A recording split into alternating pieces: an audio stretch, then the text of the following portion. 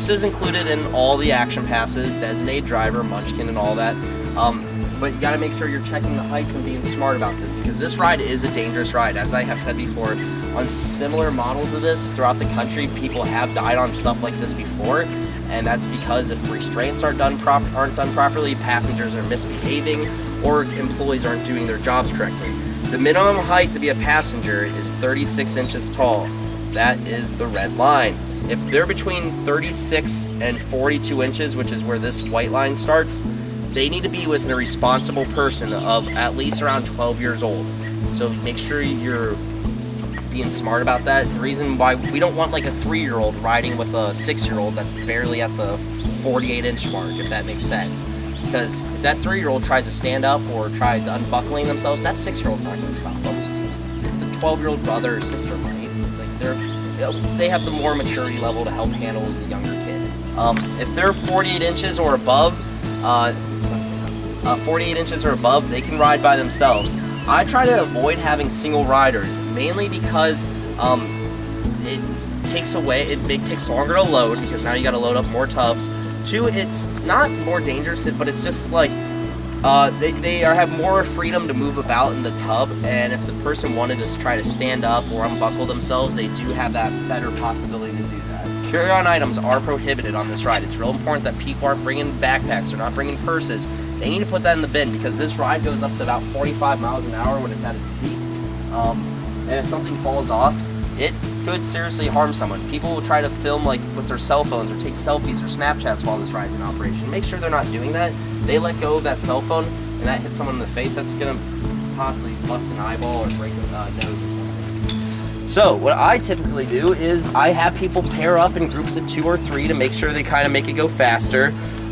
You can do that while the ride's going on, and like you can tell people, hey, if you can, try to pair up in groups of 2 or 3. Try to limit the amount of single riders on this. You do not really want to have single riders. So, cool, you guys are riding together. Go ahead, walk around this way. Go to tub number 10. Do not get in until I help you. Walk around that way. All right, cool, you 2 guys are riding together. Walk around this way. Go to tub number 9. Sweet, you 2 are riding together. Walk around this way. Go to tub number 2. Do not get in until I help you. Stand next to it. I kind of evenly distributed everyone out onto different arms. Notice there are 3 arms to the Scrambler. You do not want all your riders to only be on like 4 tubs on one arm. You need to even out the weight. That is super important. If you don't even out the weight, the ride, like the gears and the turbines on this could get messed up, and we have to do more mechanical maintenance to it.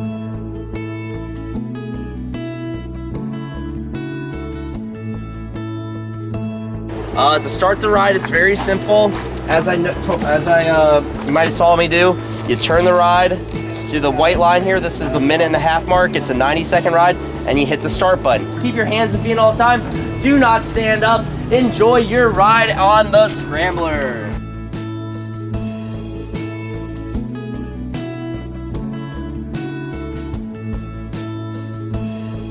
We'll typically only have 1 operator down here, unless it's for some reason extraordinarily busy, and that operator will rotate between these 2 rides. Notice the sign.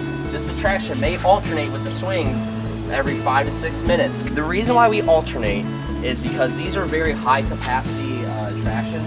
The Scrambler can sit up to over 36 people at a time. The swings can have up to 16. So this is the middle turbine and also our brake line here. I don't really want people crossing this, like customers, because this poses a tripping hazard, as well as they could get their foot caught in the brake line, or they just might not even notice that this is an elevated surface here. So when people exit and enter, they need to walk, like they exit clockwise, enter counterclockwise, if that makes sense. If for whatever reason you guys need to stop the ride, whether a pin comes out, if a pin comes out of a person's tub and they're in it, just turn it to the off position, and that'll turn the ride off and it'll coast slowly to a stop. We let the Scrambler coast to a stop. It takes about 40 seconds to do, not a big deal. But if for whatever reason you need to stop it, we do have the brake here.